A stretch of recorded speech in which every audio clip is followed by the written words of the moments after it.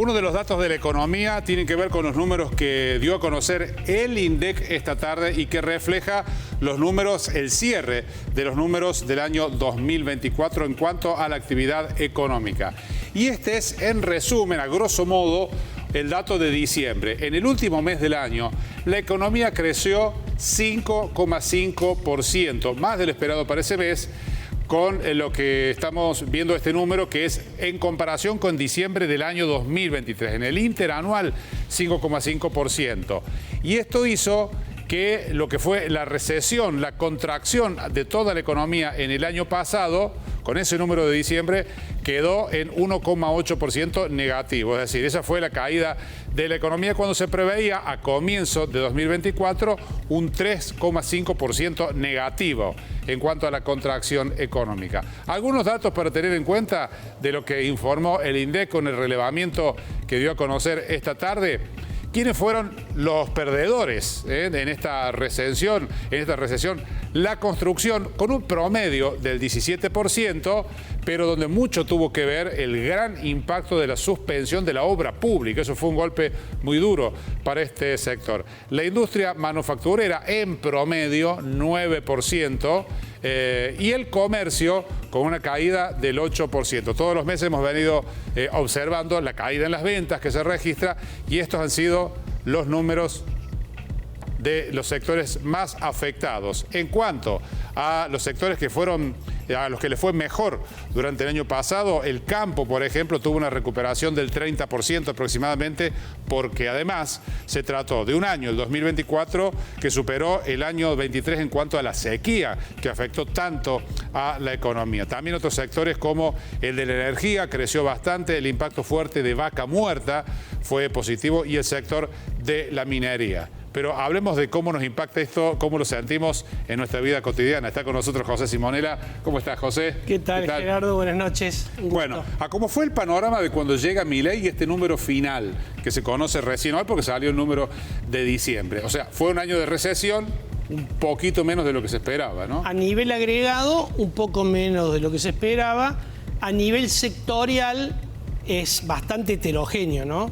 Vos recién mostrabas los tres sectores más golpeados: construcción, industria manufacturera y comercio. Sí. Y curiosamente son los tres sectores que mayor cantidad de mano de obra demandan. Exactamente. Y donde mayor cantidad de pymes trabajan. Entonces esto ha pegado fuerte en el entramado productivo del interior del país y fundamentalmente en el interior de las provincias, ¿no? Claro.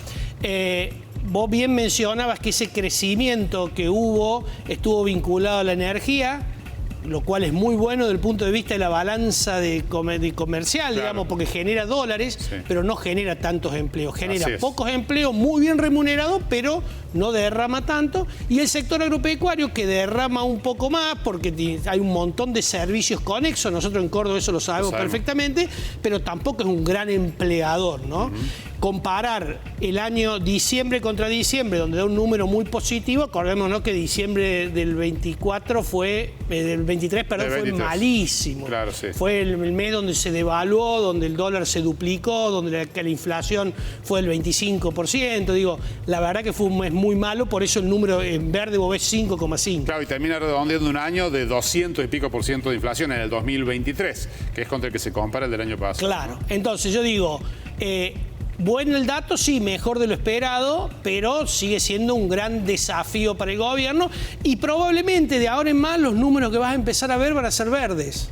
¿Por qué? Porque comparás con malos años, con malos meses, ¿no? Cuando vos compares con malos meses, vas a ir comparando. Sobre todo el primer semestre, porque el año pasado, justamente la parte más dura, tiene que ver con el primer semestre del año y después se empieza a atenuar un poco hasta llegar a ese número de diciembre que estábamos viendo recién. Así que se va a notar esa diferencia. En los primeros meses se van a notar muchos números en verde que va a generar optimismo, lo cual es bueno para la economía, porque la economía trabaja mucho con expectativa, pero probablemente el industrial del interior, el que tiene una empresa constructora y demás, sabe de las dificultades que está teniendo para poder cumplir con los sueldos, con los compromisos fiscales, con los servicios, que claramente se les está haciendo pesado porque la actividad que tienen ha caído bastante. Sí, y hay la inflación, que por supuesto la ha bajado fuertemente el gobierno y todo lo demás, pero es una rueda que sigue girando, ¿no? Porque los servicios todos los meses vuelven a aumentar, siempre hay una cuestión en cuanto a alimentos y demás, o a gastos cotidianos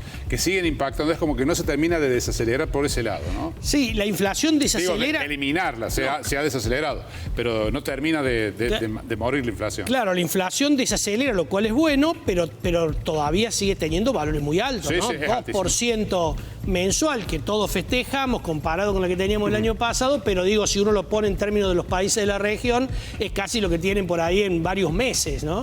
Así que yo te diría que, y todavía las paritarias no terminan en algunos casos de recuperar lo perdido, porque en eso el gobierno, a efectos de que no impacten el índice de inflación de este año, va reconociendo un 1% sobre inflación para ir recuperando lo pasado, pero no todos han podido recuperar lo que perdieron.